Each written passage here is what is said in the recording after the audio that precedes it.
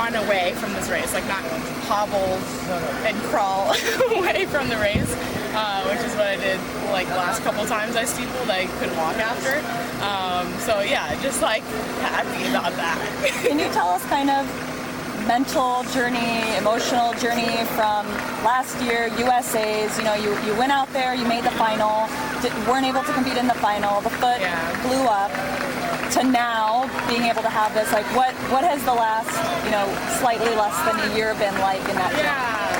I mean, last year at USA's, I was like super low afterwards. I felt like I did all the things right, I didn't overtrain, like I left a situation I felt like was just tearing me down, and I was like, okay, I'm gonna go, you know, take care of myself, not do too many miles, cross train, blah blah blah. And then I was like, and I still got hurt. Like, I felt like I didn't deserve that, you know. I was like, what the hell? And so I was super low, and I called up USA Triathlon and I said, you know, I'm done with track. I can't do this anymore. I can't deal with the heartbreak anymore. I can't do another US Champs where like I'm either out or injured. Like, what do I got to do to be in triathlon?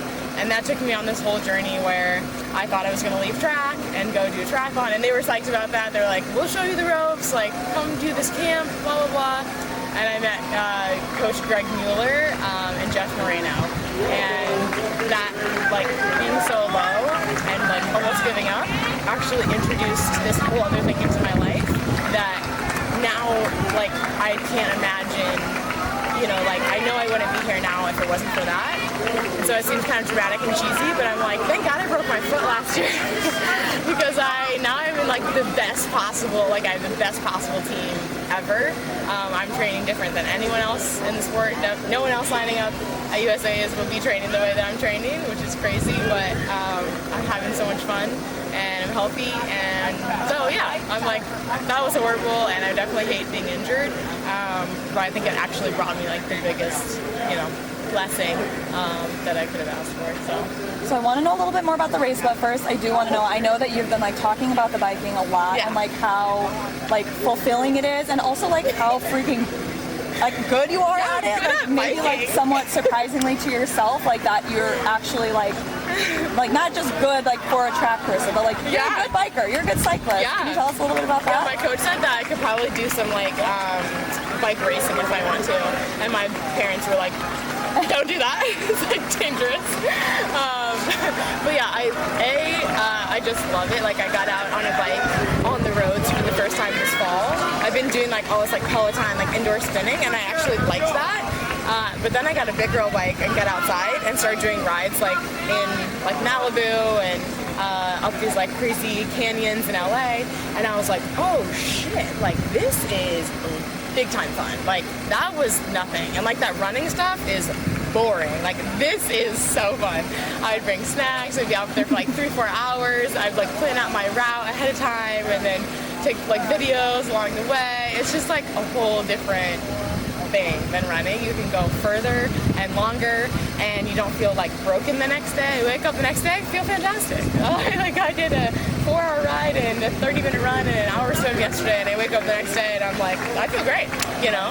And so that has been, super fun, and I'm really excited to get back to that more in the off season. But so tonight, obviously, very good race. You know, were you coming here with the intention of getting the U.S. standards? Yeah, I mean, I'm running out of time, so I was kind of like, I kind of got to do this. I only had one one hurdle workout on Tuesday. It was my my first like workout over hurdles, and so I came in like knowing I was vastly unprepared. In one sense, unprepared. In another sense, I've been doing this for years, so I'm like, it's just like, you know, remembering kind of how it feels again. And just like making sure that my body could handle the impact. Like I was a little nervous about what it would feel like after, like if I could get through it, but then after I would be broken again. And so I was like running towards my fiance flew from France. He like surprised me tonight. I didn't know he was coming. He was supposed to be going back to LA, and he showed up right after my warm up. I did my jog and I came back and he was here. And so I like ran over to him afterwards, and I was like, look, I'm fine, because he's been on this journey with me of like the ups and downs of like I did something great and then I broke again, you know. And so I think for both of us, it's just like, yes, I got the standard and like I ran the steeple again, but like I'm okay, like my body's okay. And so it's like that is just like the stability of that is really nice. So to been a while since you've done an outer water pit? I haven't done an outer pit since college. I was like, this is so strange.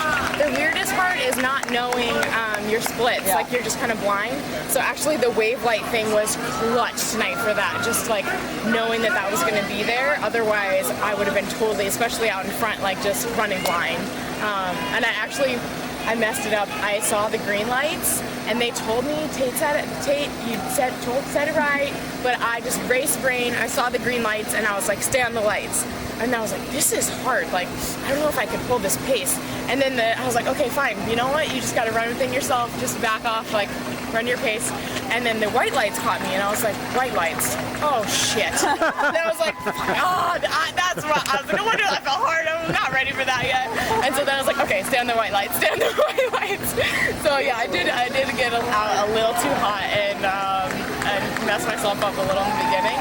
But yeah, the wave lights, I don't know who to thank for that, but that was like super clutch. Okay, last question. What did it feel like breaking your tape? That felt good. I did my first triathlon in February, and I got to break the tape there. Anytime you get to do that, it's just like really special.